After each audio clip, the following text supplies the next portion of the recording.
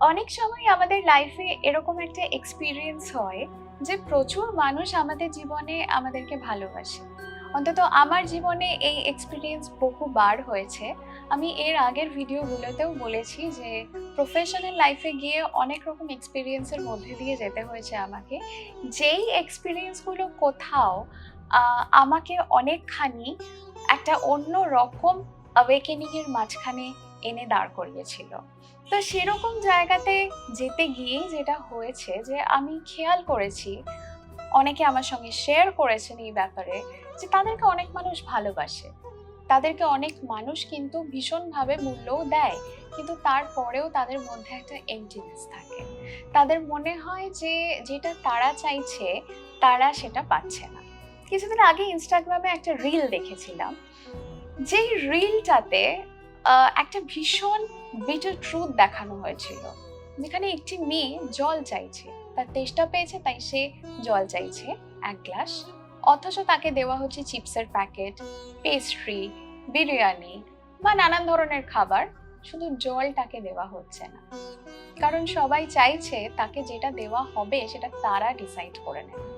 ঠিক সেম জিনিসটা আমাদের লাইফেও কিন্তু হয়। প্রচুর মানুষ আমাদেরকে চায়, কিন্তু তারা আমার আমিটাকে চায় না। তারা যেটা চায় সেটা হচ্ছে তাদের দেওয়া একটা ইমেজ। তারা আমাদের একটা আইডেন্টিটি তাদের মধ্যে তৈরি করে। সেই আইডেন্টিটিটাকে তারা তাদের সঙ্গে চায়। আমরা যেটা ভালোবাসি সেই ভালোবাসার আইডেন্টিটিটার কিন্তু কোনো ভ্যালু নেই তাদের কাছে। আর ঠিক এইটা যখন একটা মানুষ বুঝতে পারে, তখন তার মধ্যে ওই এম্পটিনেসটা আসা শুরু করে তার চারপাশে হাজারটা মানুষ থাকা সত্ত্বেও। কারণ সে বুঝতে পারে সেই মানুষটা যেরকম, সেই মানুষটার অ্যাকচুয়ালি কোনো ভ্যালু নেই তার আশেপাশের মানুষগুলোর কাছে। তারা তখনই তাকে ভ্যালু দেবে যখন তারা সেই মানুষটি তাদের ভালোবাসার মানুষগুলোর কাছে তাদের সমস্ত শর্ত পূরণ করে থাকবে। ঠিক এই কারণেই প্রচুর সাকসেসফুল, প্রচুর ওয়ান্টেড মানুষেরও জীবনে একটা অদ্ভুত এম্পটিনেস আসে যখন তারা বোঝে যে তাদের আইডেন্টিটিটা ডিপেন্ড করছে ভীষণভাবে একটা ভ্যালিডেশনের উপর, এবং ওই ভ্যালিডেশনটাকেই মানুষ ভালোবাসছে বা চাইছে। ভ্যালিডেশন ছাড়া যে একটা সোল, তাকে কিন্তু কোথাও চাইছে না। তাই সব সময় যখন একটা মানুষ বুঝতে পারে যে তার লাইফে কোথাও এই এম্পটিনেসটা এসে বসছে, এই এম্পটিনেসটা জুড়ছে, তখন কিন্তু তাদের একটা প্রবলেম হয়ে যায় যে যেটা স্যাডনেস থেকে কখনো কখনো সেটা ডিপ্রেশনের দিকে এসে যায়।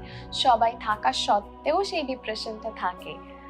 এবং ডিপ্রেশনের মধ্যে সবচেয়ে ভয়ঙ্কর ডিপ্রেশন হচ্ছে স্মাইলিং ডিপ্রেশন। যখন একটা মানুষ হেসে বেড়াচ্ছে, খেলে বেড়াচ্ছে, সবকিছু করে বেড়াচ্ছে, অথচ ভেতরে ভেতরে সে ডিপ্রেসড হয়ে যাচ্ছে।